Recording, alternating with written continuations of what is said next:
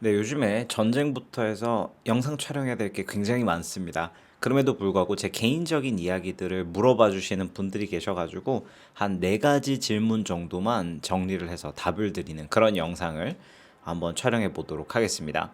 자, 가장 먼저 제가 계좌를 공개해 주실 수 있나요? 라는 질문을 정말 많이 받습니다.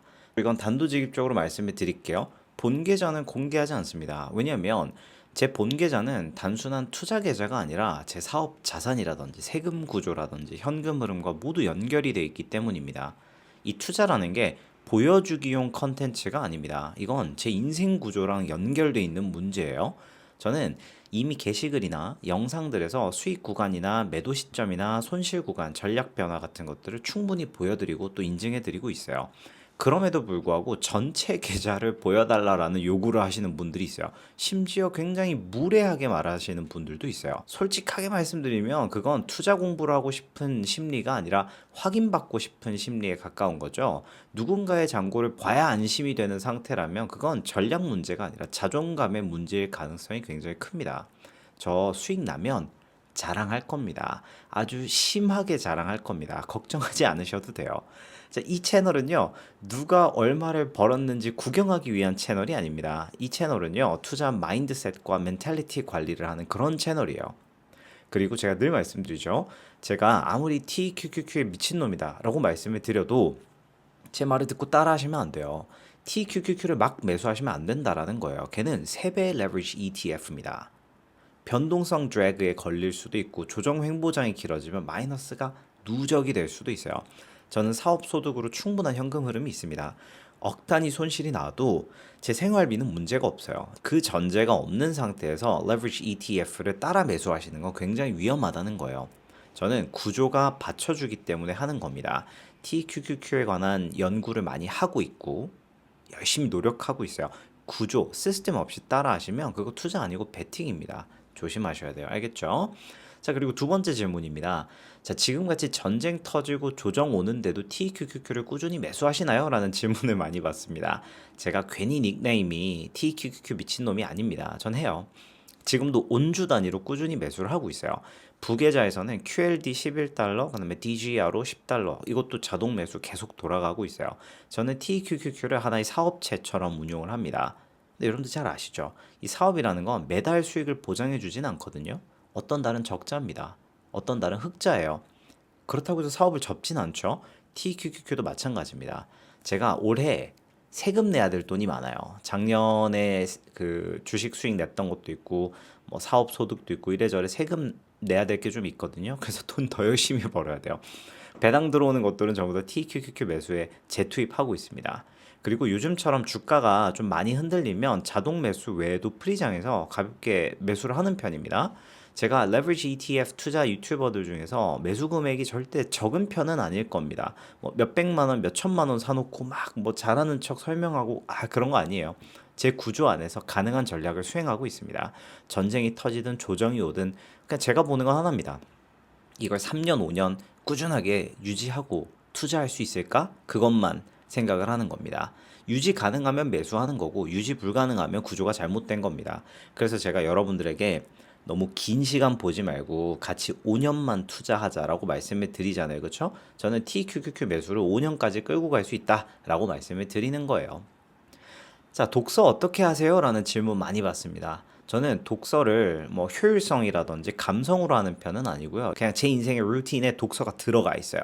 뭐 예를 들면 제가 이제 사무실에 출근하잖아요. 그러면 50분 동안 맥으로 집중해서 작업을 하잖아요. 그러면 그 에어팟 끼고 정말 올인해서 뭐든지 하잖아요. 그러면 제가 자체적으로 브레이크를 한 10분 정도 가집니다. 휴식을 하면 그때 독서를 하는 거예요. 근데 또 그게 오버해서 신나서 독서를 하면 안 되기 때문에 타이머를 켜둡니다. 전자기기를 최대한 보지 않고요. 반드시 저는 회색 형광펜을 씁니다. 제가 좋아하는 요 형광펜이 있어요. 그래서 요거를 핵심 문장을 표시하면서 독서를 합니다. 형광펜을 남발하진 않고요. 그리고 제가 가지는 독서 습관이 있다면 이렇게 앞으로만 계속 나아가는 게 아니라 중간중간 앞으로 돌아가서 복습을 해요. 그러니까 레이어를 겹치듯이 독서를 하는 편입니다. 왜냐면 저는 한 권을 한 번에 끝내는 게 목적이 아니라 여러 번 겹쳐서 읽는 게 목적이거든요. 그래야 기억에도 남고 놓친 포인트들이 보이기도 해요. 그래서 저는 독서를 좀 빠르게 하는 편이라기보다는 한 권을 계속 돌려가면서 밀도를 높이는 그런 방식을 택합니다. 그리고 마지막 질문입니다. 국내장은 전혀 안 하시나요? 라는 질문을 하시더라고요. 그 포모 관련이랑 비슷한 내용입니다. 저는 전혀 안 합니다. 지금은 전혀 안 해요. 근데 제가 주식 투자를 어떻게 시작했느냐라고 물어보시는 분들이 있어서 말씀을 드리자면 저는 대표님 한 분이 계셨는데 어떻게 보면 형님이죠. 근데 그 형님께서 주식을 저한테 알려주셨어요. 그러니까 국장으로 주식 투자를 시작한 거죠. 그분이 NH 나무증권을 하고 계셨기 때문에 저도 따라서 나무증권으로 시작을 한 거고요. KB금융이나 하나금융지주나 KTNG나 삼성전자 이런 것들을 단타, 트레이딩, 차트 분석 위주로 진행을 했어요. 그래서 저는 잘 알아요. 제가 국장을 다시 시작하면 샀다 팔았다를 얼마나 많이 할까? 양도소득세 이런 거 없잖아요. 신나서 사고 팔 거예요. 그러면 제 개인 사업이나 운동에 집중하지 못할 걸 저는 제 스스로 너무 잘 알고 있습니다. 왜냐면 국장 단타 치는 게 생각보다 재밌거든요.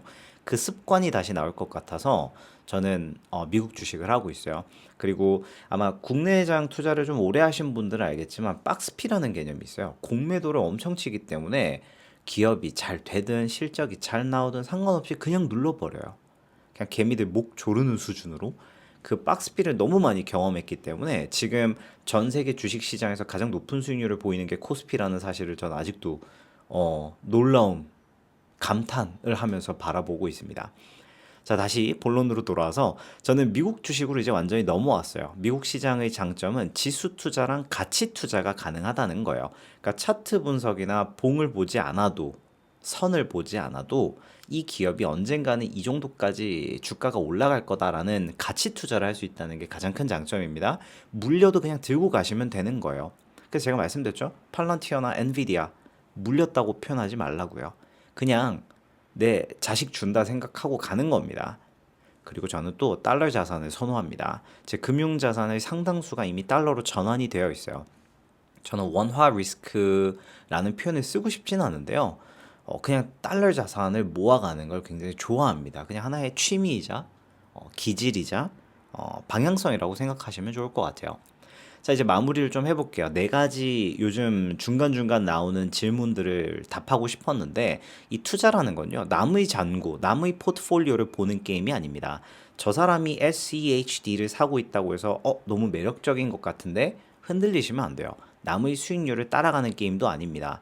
제가 좋아서 DGRO랑 QLD 그리고 TQQQ를 매수하는 겁니다.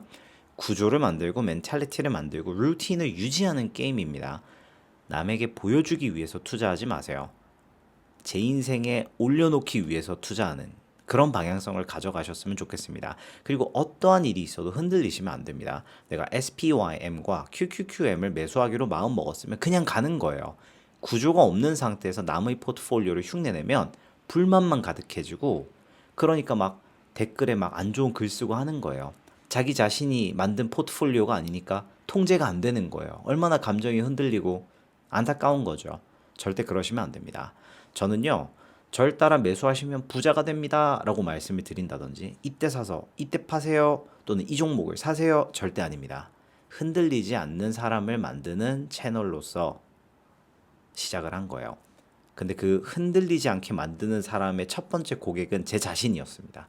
제가 SEHD를 천 몇백만 원을 손절하고 TQQQ로 갈아탔을 때 제가 얼마나 흔들릴 수 있었겠어요. 그렇죠? 그렇기 때문에 저는 제 자신을 흔들지 않게 만드는 하나의 루틴으로서 영상을 제작하기 시작한 겁니다. 이해해 주셨으면 좋겠습니다. 화이팅입니다.